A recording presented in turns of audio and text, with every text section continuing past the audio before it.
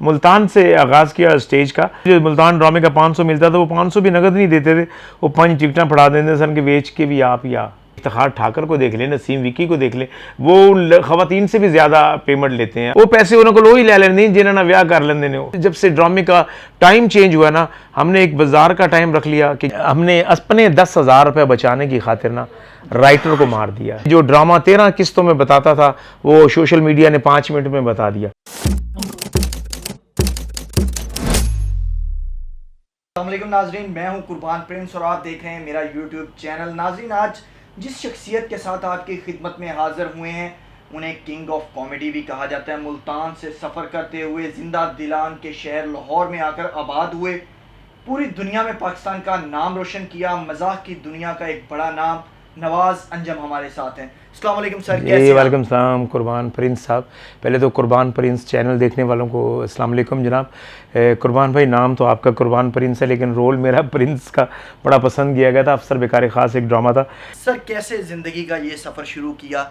सुनने में आया आप पेंटिंग में भी खासी महारत रखते हैं, जिस तरह मजाक की दुनिया में महारत रखते हैं। वो असल में वो भी चीज़ फ़नून लतीफ़ा में आ जाती है कि तस्वीर बनाना, तस्वीर कशी, लिखाई।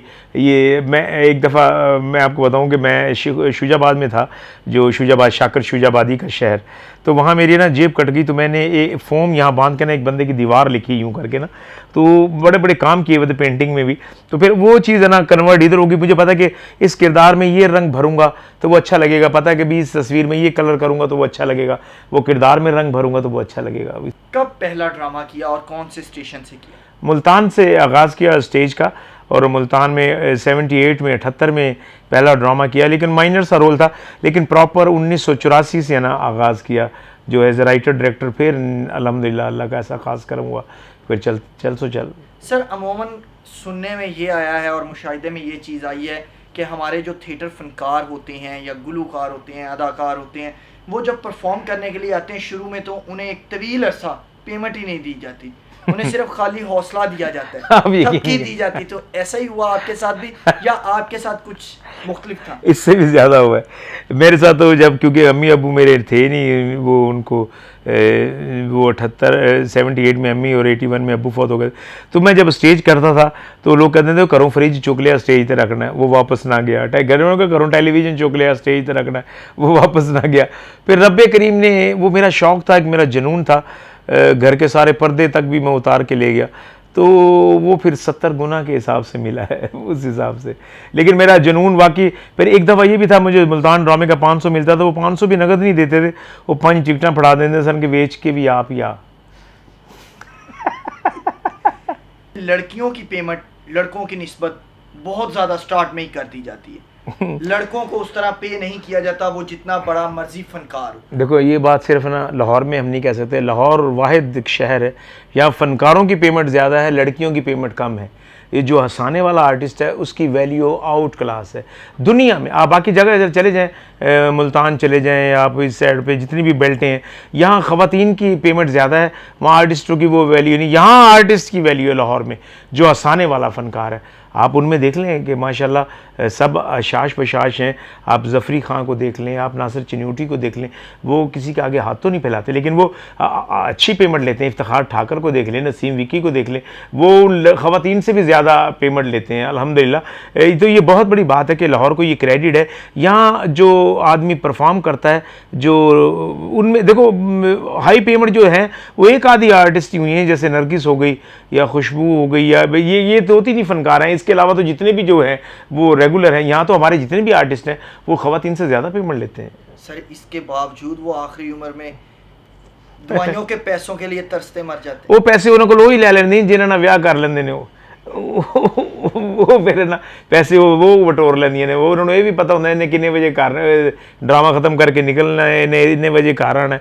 वो असल च गल ये है ना वीर मेरे कि जो अल्लाह ने मौका दिता होंगे, जिस औरत ने गुरबत कट्टी होंगी है उन्होंने वो भुल के नवा ब्याह कर लेंदे ने।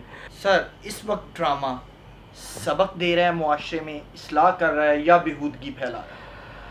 बेटा बात ये है कि इसमें मैं दोनों को प्रॉपर मैं दोष दूंगा। वो इसलिए कि इसलिए पहले कोरोना से बड़े बड़े वायरस भी आए, इससे पहले ताउन आया, सब कुछ आया, अमवात इस अमवात से ज़्यादा हुई, लेकिन उस टाइम मीडिया नहीं था। अब मीडिया भी इतना आ गया कि बंदा कोई उन्हें गल करो तो 5 मिनट बाद वो पूरी दुनिया 'च फैल जाती, इतना वसी मीडिया आ गया। तो अब हम हर चीज़ तो ना चीज़ नेटों पे देख रहे हैं, हर चीज़ हम नेट पे देख रहे हैं कि यार ख़वातीन क्या कर रही हैं, हर चीज़ हम हमसाया मुल्क की फ़िल्मों में देख रहे हैं। तो फिर हम अपने स्टेज पर उस तरह की तनकीद करते हैं कि यार ये क्या हो रहा है। हम वो फिल्में देखने के लिए तो तैयार हैं, लेकिन हम ये सब कुछ बर्दाश्त नहीं करते। लेकिन इसमें ना क्योंकि जब से ड्रामे का टाइम चेंज हुआ ना, हमने एक बाज़ार का टाइम रख लिया कि 11 बजे ड्रामा शुरू होना है और 1 बजे ख़त्म होना है। इससे ना फैमिली भी नाराज़ हुई, और जो तबका है जो इन्होंने सुबह दफ्तर जाना होता है या अपने बच्चों को स्कूल छोड़ना होता है, वो नाराज़ हो गया। तो जिसकी वजह से ना वो ड्रामा भी उन्हीं की डगर का वो बना लिया गया। आप समझते हैं कि कहानियों का फुकदान है इस वक्त? फुकदान तो नहीं है, राइटर तो आज भी हैं, लेकिन हम लेना नहीं चाहते, हम रेसल नहीं करना चाहते, हम टाइम नहीं देना चाह रहे। हम जानते बस ठीक है, तली ते सरसों जमा लो, इस तरह नहीं होता। सर गवर्नमेंट तो अपने ड्रामे प्रोड्यूस वक्तन फवक्तन करती रहती है, साल में 8-9 ड्रामे तो वो भाई वो करते हैं, लेकिन उसमें वो आर्टिस्टों को भी पे करते नहीं, हैं, लेकिन वो स्पॉन्सर में पेश करते हैं, लेकिन वो कमर्शियल नहीं। एक ये वजह नहीं है कि कुर्बान भाई, मैं माफी के साथ मैं अब ये बताना चाह रहा हूँ कि वो आर्टिस्ट ये कमर्शियल नहीं डालते उन 8 ड्रामों में। वो जो ड्रामे पेश करते हैं उसके अंदर वही होते हैं जो अजोका थिएटर के आगे या दूसरा थिएटर के आगे वो ड्रामे पेश करके ना वो अपना फर्ज निभा देते हैं। इस वक्त एक ये वजह नहीं पेश आ रही कि वही बंदा डायरेक्टर है, वही बंदा प्रोड्यूसर है, वही बंदा मेन टाइटल रोल कर रहा है, बाकी की जो उसकी कास्ट है वो भी उसके घर की है, कोई चाय पिलाने वाला है, कोई खाना पकाने वाला है, वो एक पूरी टीम निकाल के एक बंदा बाहर से मेन कास्ट कर लिया, नवाज अंजम साहब को साथ कास्ट कर लिया अपने साथ सेकंड पेयर पे या फर्स्ट पेयर पे और ड्रामा पेश कर दिया। उससे सर क्या ड्रामा नहीं कुर्बान, बात तो तुम्हारी बिल्कुल सही है। बात ये है कि हमने अपने 10,000 रुपये बचाने की खातिर ना राइटर को मार दिया।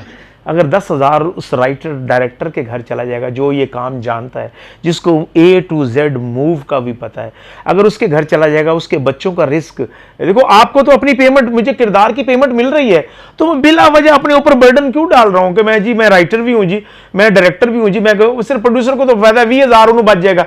वही 20,000 किसी को खानदान के घर चला जाता है, वो जो राइटर है और डायरेक्टर है उसके घर चला जाता है 10-10 हज़ार करके, तो उसके बच्चों के अगर मुंह में निवाला जाएगा तो ड्रामा तो बेहतरीन होगा। तो भाईजान जो हमने अपने ऊपर सरफराज विक्की या दूसरे लोग हैं जो पुन्नू, तो वो ना अपने आप को ये ना जी तू डायरेक्टर है, तू डायरेक्टर है, तू डायरेक्टर है।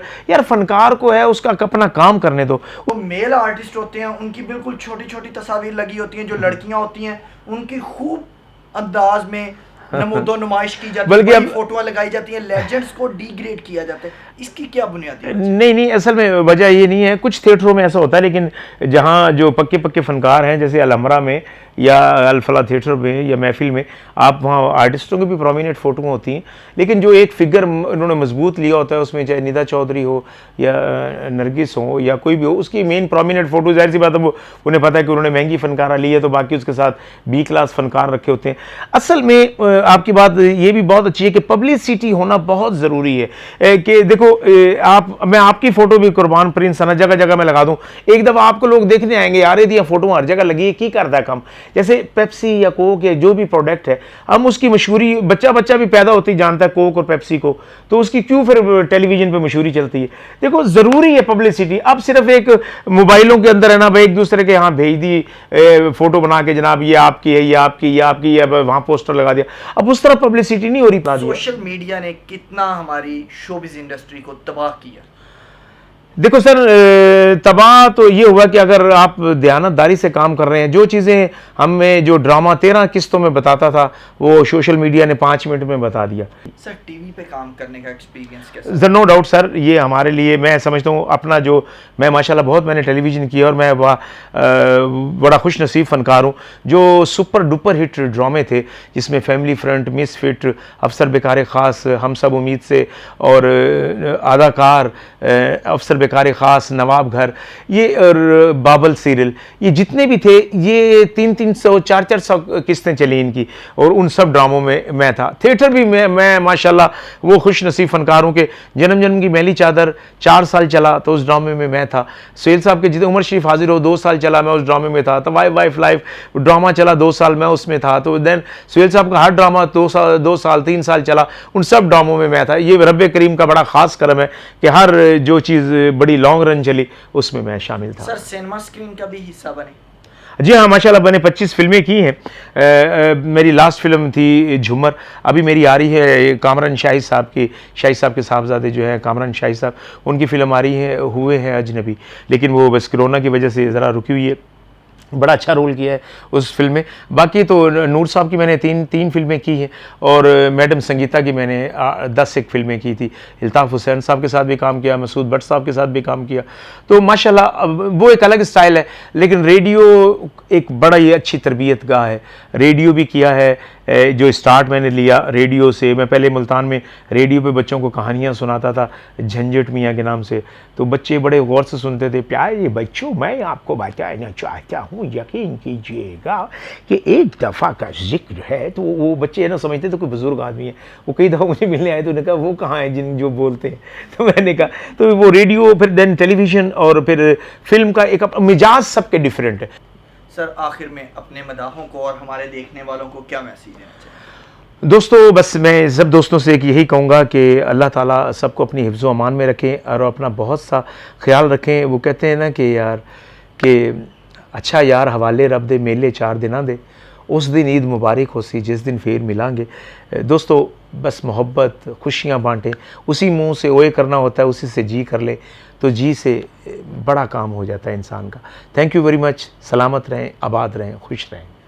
नाजरीन, आपने बिल्कुल मायूस नहीं होना। नवाज़ अंजम साहब हमारे साथ जो हैं मौजूद हैं इस वक्त, और ये तरीके से निकलना चाह रहे हैं, लेकिन तब तक हम इन्हें नहीं जाने देंगे अपने प्रोग्राम से जब तक इनका जो एक मखसूस अंदाज है, जब ये स्टेज पर एंट्री करते हैं तो गाना गुनगुनाते हैं, और स्टेज पर खड़े होके जो सराइकी शेर सुनाते हैं वो नहीं सुनेंगे। उसके बाद हम इनका शुक्रिया अदा करेंगे और आपसे इजाज़त चाहेंगे। जी सराइकी क्यों नहीं जी, सराइकी शेर तो मेरी बेल्ट भी जनाब, क्योंकि सराइकी असल में मेरी बेसिकल लैंग्वेज है राजस्थानी रोत की। जो आपने गाना नहीं सुना होगा, थारे बिना लागे ना ही महाराज जी यारे, हमारी लैंग्वेज असल में ये है। तो मैं क्योंकि ये सराइकी क्योंकि बेल्ट है, गिरदो नवा मेरे हमसाए सारे सराइकी थे, तो इसलिए फिर सराइकी अडॉप्ट हो गई और वो सारा कुछ उनकी गोद में पला। तो वो फिर बहुत ही ज़्यादा अल्लाह ताला ने मोहब्बतें भी लोगों के सदके मिली।